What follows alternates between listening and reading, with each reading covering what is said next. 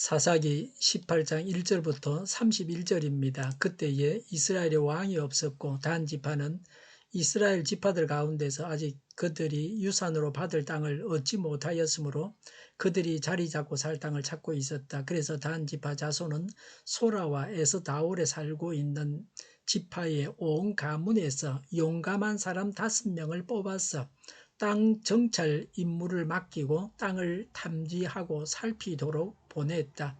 그들은 에브라임 산간 지방으로 들어섰다가 미가의 집에 이르러 거기서 하룻밤을 묵었다.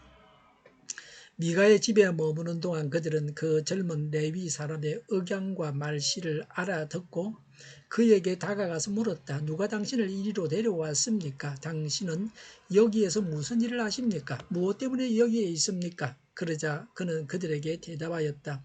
미가가 나에게 조건을 제시하고 나를 고용하여 자기의 제사장으로 삼았습니다. 그들이 그에게 말하였다. 하나님께 물어보아서 우리가 가고 있는 이 길이 성공할 것인지 우리에게 알려주십시오. 그 제사장이 그들에게 평안히 가십시오. 주님께서 여러분이 가는 그 길을 인도하실 것입니다 하고 일러주었다.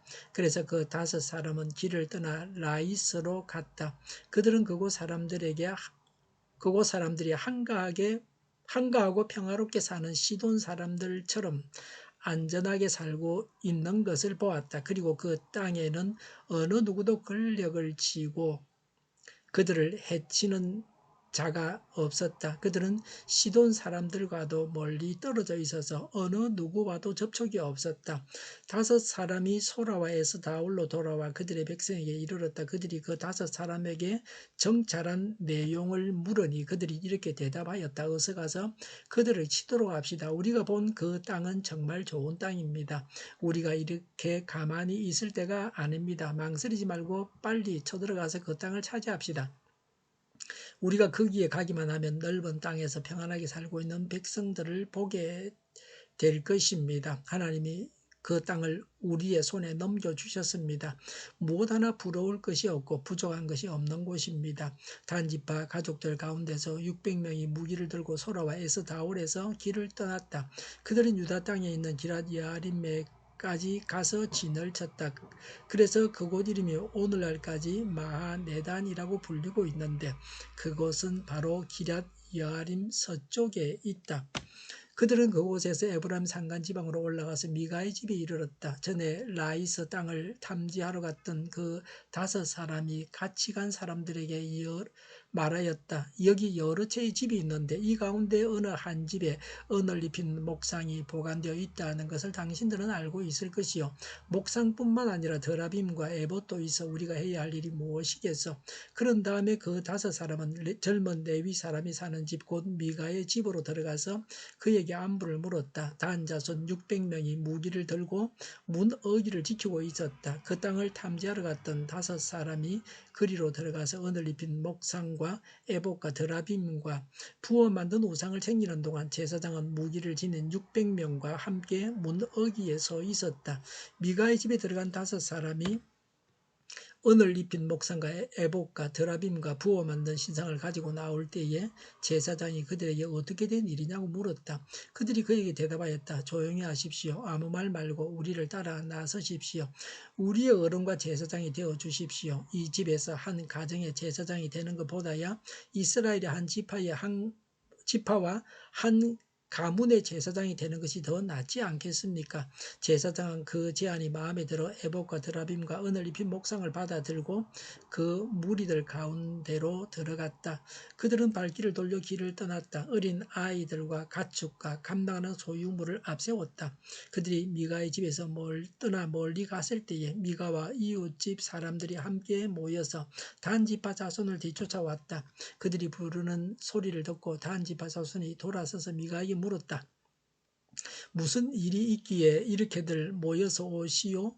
미가가 말하였다. 뭐요? 내가 만든 신상과 제사장을 빼앗아가면서 무슨 일이 있냐고. 그게 말이나 되는 소리요? 나에게 남은 것이 무엇이요? 그러자 단지파 자손이 그에게 말하였다. 더 이상 아무 말도 하지 말고 가만히 있는 게 좋을 거요. 이 사람들이 성이 나서 당신들을 치고 당신과 당신의 가족의 생명을 빼앗을까 염려되어 미가는 상대가 자기보다 더 강한 것을 알고 발길을 돌려 집으로 돌아갔고 단 지파 자손도 가던 길을 갔다.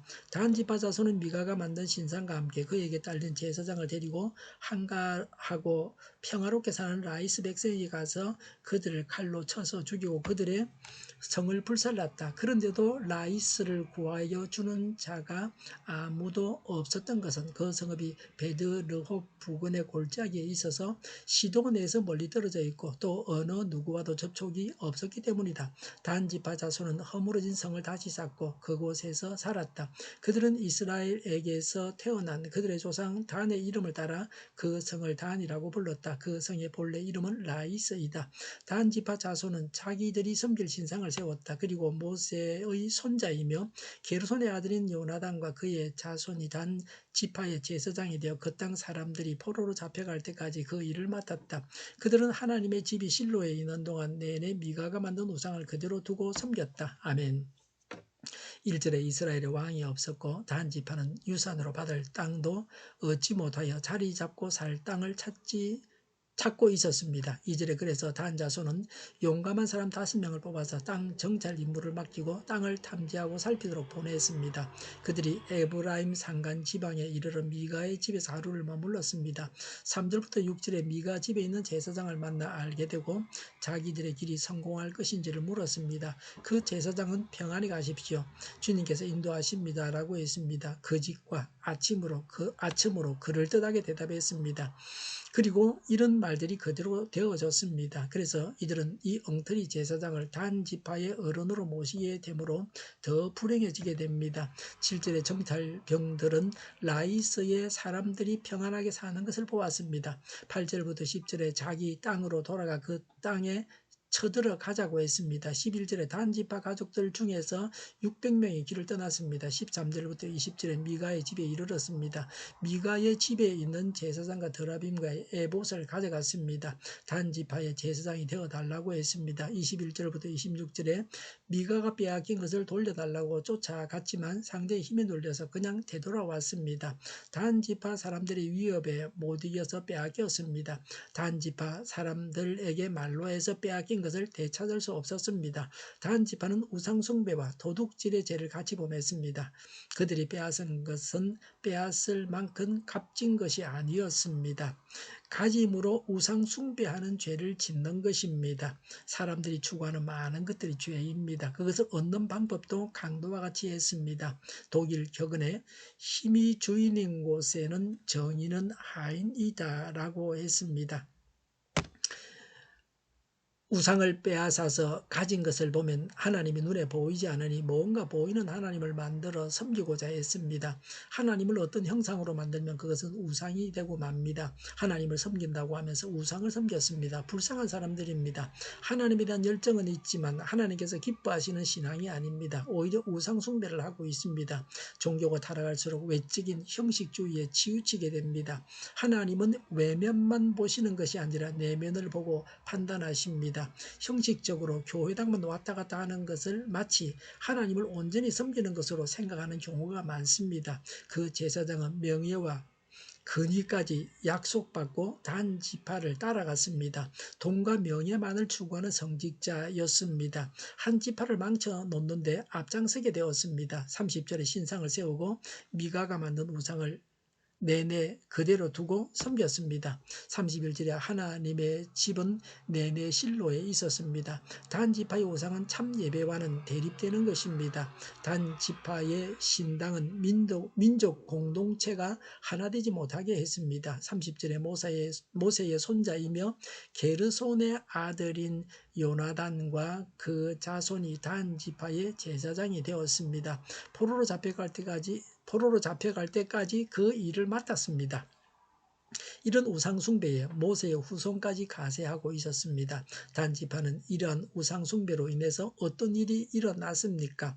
하나님의 생명책에서 그 이름이 빠졌습니다. 계시록 7장에 이스라엘 자손 중에서 입맞은 자 14만 4천 명을 말할 때에 다른 지파는 다 나오지만 단 지파만은 한 명도 없습니다. 우상 숭배자는 하나님의 나라에 들어가지 못합니다. 27절에 단 지파 자손은 평화롭게 사는 라이스를 공격해서 다 죽이고 그 땅을 차지해서 살았습니다. 이것은 가나안 정복 전쟁과는 다릅니다. 침략 전쟁이었습니다. 29절에 그 성의 이름을 단이라고 했습니다. 단 지파가 모세로부터 분배받은 땅을 아모리 사람들이 차지하고 있었습니다. 아모리 사람들은 강하여 공격하지 못하고 라이스를 대신 차지했습니다. 악을 저지르고도 형통을 누렸습니다. 이런 형통은 하나님의 임박한 심판에 대한 경고입니다. 이런 형통이 암흑시대의 세상을 더욱 어둡게 합니다. 악인이 형통할지라도 그것은 잠시 동안의 일입니다. 형통하기 때문에 회개할 것이 없다고 해서는 안 됩니다. 일이 잘 될 때에도 자신을 돌아보면서 회개해야 합니다. 성령님의 인도를 따라서 회개해야 합니다. 말씀에 근거해서 회개해야 합니다.